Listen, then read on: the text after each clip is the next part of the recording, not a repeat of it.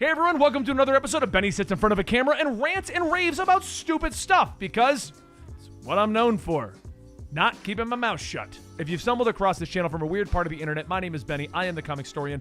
We run a channel in which we basically take comic books, turn them into audio dramas, so that you know what's going on in the world of comics. We do this because following every single comic book that comes out is expensive and difficult to do. But I always recommend you go check out your local comic book store because, you know, if you don't buy the comics, then this stuff doesn't exist anymore. And today I want to talk about reboots. In my recent super deep dive into Marvel and why it's made me come to appreciate DC's reboots. What are you talking about, Benny? The general consensus in the comic book community is that reboot bad. It is, but it's not. Let's talk about that.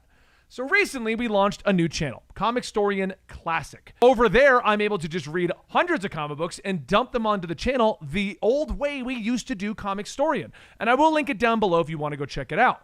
What I'm using it for are comic books that wouldn't survive in the algorithm because, like, nobody wants to watch a Poison Ivy comic and nobody wants to watch, you know, the entirety of Fall of X. But I do want to cover those because I just enjoy the world of comics. But what it has made me realize with all of this reading of Marvel, through all of Fall of X, and all of Spider-Man, and all of Venom, is that I just want a reboot. You see, we recently also did a video known as The Entire History of the X-Men, in which I had to sit down and look up every core storyline that had happened to the X-Men since the 60s, which made me realize that all the knowledge that I'm gaining from reading all of Fall of X and Spider-Man and Wolverine and everything is still missing some key holes. When a brand new character is introduced in any of those books, you're like, oh, it must be a brand new character, only to discover they're from 50 years ago because the writer decided to do a deep cut. When Nick Spencer decided to do his Amazing Spider-Man run, the entire hype was based around the villain Kindred. Kindred's the super big bad villain. Kindred has history with Peter Parker. Kindred knows what's going on. Come to find out, the storyline involving Kindred is that, I believe he was Harry, not Norman, a clone of Harry. It was a cut to the 90s during an entire storyline in which Norman Osborn had seemingly had two kids with Gwen Stacy. It's what it boils down to. A moment that is a meme within the comic book community because of how stupid it is. It's almost on the level of like Quicksilver and Scarlet Witch had ancestral lovemaking in the Ultimate Universe originally, and then some idiots going on Reddit going, hey guys, do you think the new Ultimate Universe is going to do one of the most memed, problematic relationships ever in comics? No, I don't think they will. But the point I'm making is Kindred was not some new villain. Kindred was a deep dive into the history of comic books. We had a similar situation happen with the series known as Infinity Warps, where a new character, Requiem, was introduced only to be revealed to be Gamora. It wasn't too big of a deep dive or a deep cut, but it was still like no new characters. No, because Marvel's pulling from 60 years of comic book history, which makes it a problem even for people like me who read so many comic books, because you don't always know what's going on. And I don't like being in the dark. Now, is that a bad thing inherently? No, because what that does mean is if you want to go read all of the X-Men stories leading up till now, you'll have a deeper understanding of what is going on in the X-Men universe. You'll understand the callbacks and why we're looping around and stuff like this. But this is also why people like to make the comment of American comic books, they go back to the status quo. Nothing ever changes. You see, when you're constantly working off of a rolling time scale, which for those who don't know is what Marvel does, everything technically has happened within a 10 to 20 year span of time in every Marvel comic book. In the real world, it's been about 60 years. So when they add in new continuity, it's literally just crammed into the rolling timeline. That's what the rolling timeline is. It stays current. Prime examples are things like Flash Thompson. I think his original appearance was he was at the Gulf War. As time moved forward, he was in the Iraq War. That's the kind of things that a rolling timeline does. They just kind of update facts. I think the only character that's ever stayed consistent is Captain America because his entire character is based around World War II.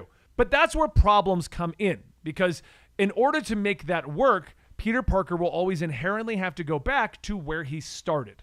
Wolverine will always have to go back to not always fully remembering his history. Things like that. They don't go full status quo because all of these new elements are in their history, but in order to make it a good jumping on point for your new readers, we need to make it look like it is. Case in point, I'll give you another example. Spider-Man lost the entire Parker Industries, and then instead of moving into his own apartment and literally going back to status quo, moved in with roommates and then had an entire buddy cop storyline.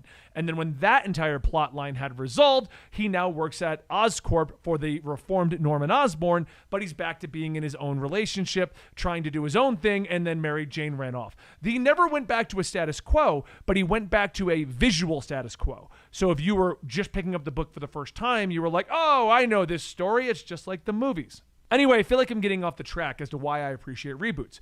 You see, when we did the research for the history of the X-Men, and we went through all of that stuff, it was super long, super convoluted. You can watch it. It's an hour-long video here on the channel. But when I did it for Batman, all I had to do was go back to the New 52. You see, manga, we're going to go into manga now.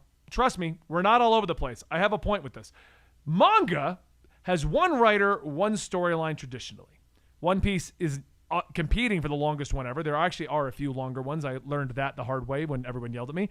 But it's had just one writer the whole way through. The only time we change writers in a manga is a tragedy happening like what happened with Berserk, where at least the son had enough information to conclude the storyline, so we're going to get an ending. But traditionally, we have one writer. Comic books don't keep one writer. It's the biggest problem comic books have versus manga. When a manga is made, it is by one guy trying to tell a passionate story that he has. And if it gets famous, then sometimes other issues arise, but he's just trying to tell a story. While in comic books, these are franchises, these are brands. Batman will have a comic regardless of who's writing it. And every time a new writer comes in, Batman will change a little bit. But that doesn't change the fact that Batman technically has a beginning in 2011 with Batman #1, where they rebooted the timeline to a fresh #1. It makes it a lot simpler to understand what is going on with Batman and to fully catch up if you are interested. I don't know anyone who wants to sit down and read all of the Amazing Spider-Man from the 1960s. And yes, I know, I've seen the people on Reddit who are like, I started reading X-Men from the dawn of X-Men. I'm currently in the 90s. I'm working my way through. I applaud you for having the time for that. I do not.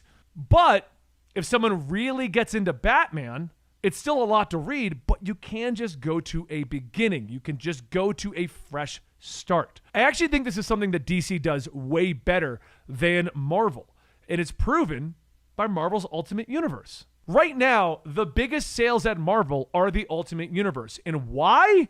Because some of those stories are weird, man. Have you read the X-Men?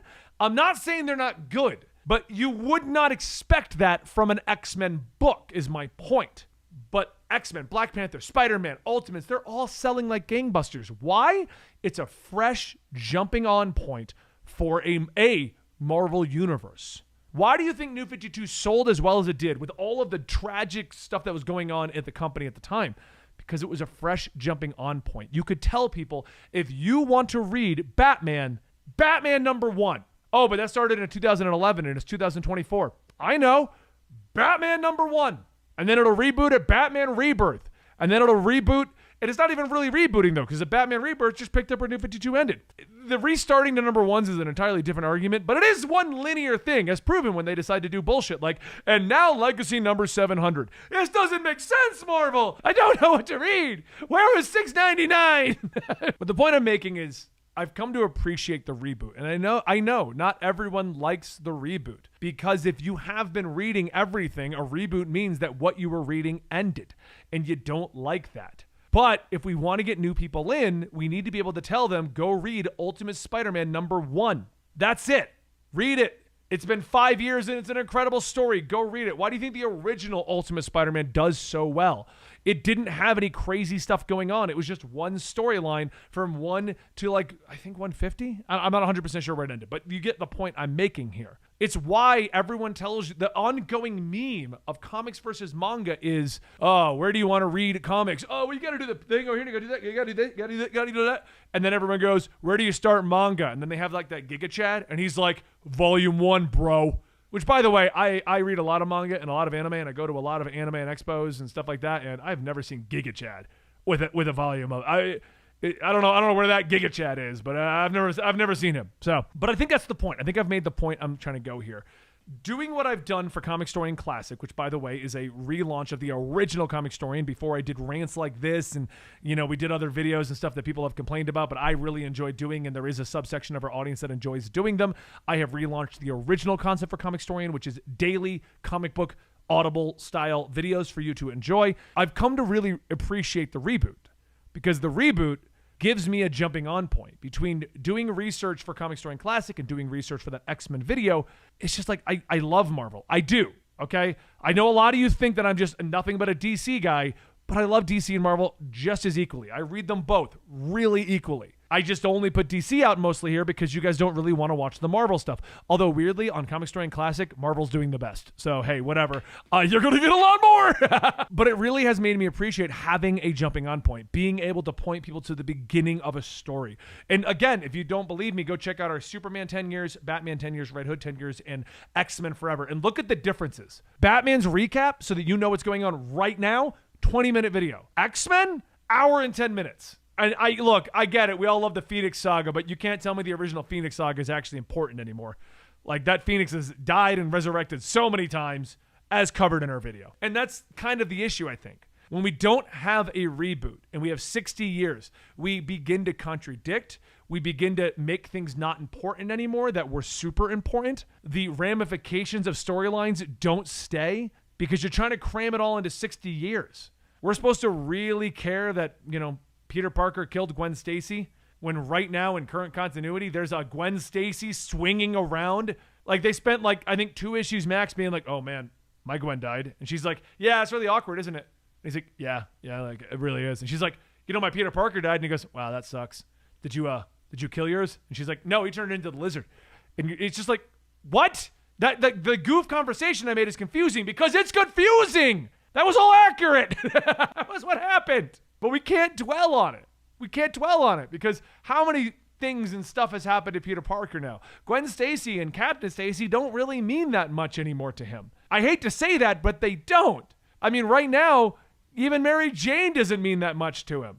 I don't even think she's with Paul anymore. Has Paul showed up in the comics? Did we kill Paul? The point I'm making is that there's a current comic book meme and joke going around in which Mary Jane left Peter Parker for a man named Paul, and no one can figure out why, especially when there's a comic where it was like, Paul has erectile dysfunction, and everyone's like, oh, now it makes less sense. We all just assumed he was better in bed than Peter. Anyway, I'm way off track. I think you get the point of what I'm trying to say here. I think reboots are kind of needed at times. And I do remember back in 2015 when we all thought that Marvel was going to reboot, I was kind of excited because it was going to be a fresh jumping on point for all of my favorite superheroes. Right now, if you're trying to read Vengeance of Ghost Rider, it still counts all old Ghost Rider, which is super confusing because he has been everything from dead to alive 9,000 times. It doesn't make sense. But yeah, that's it. That's the video. But this one's less of a complaining, ranty kind of video, although I do feel just the nature of how my voice is handled in the public space, it's going to be considered ranty. But I would like to know your comments down below. What do you think about reboots? Do you think that Marvel should have a reboot at some point? Do you like the DC reboots? Or are you in the camp of going, no, I don't want a reboot. I'd rather have soft resets to a visible status quo, even though it's not a traditional status quo. And don't forget to check out Comic Storian Classic, the new channel that we made that just uploads videos. Right now we're covering all of Fall of X. I've done all the current Venom. We're covering random things like Suicide Squad, Trinity, the daughter of Wonder Woman, and even the new Immortal Hulk run. Stuff that basically can't survive on Comic Storian due to the algorithm and my desire to do things like this. But I want to know your opinions. Let me know down below, and I'll see you next time right here at Comic Storian. And if you enjoy me on camera, check out Benny Has a Problem, another channel we made. There's like 9 of them. Just Benny Has a Problem check out those 2. Hey everyone, welcome to another episode of Benny Sits in Front of the Camera and Rants and Raves about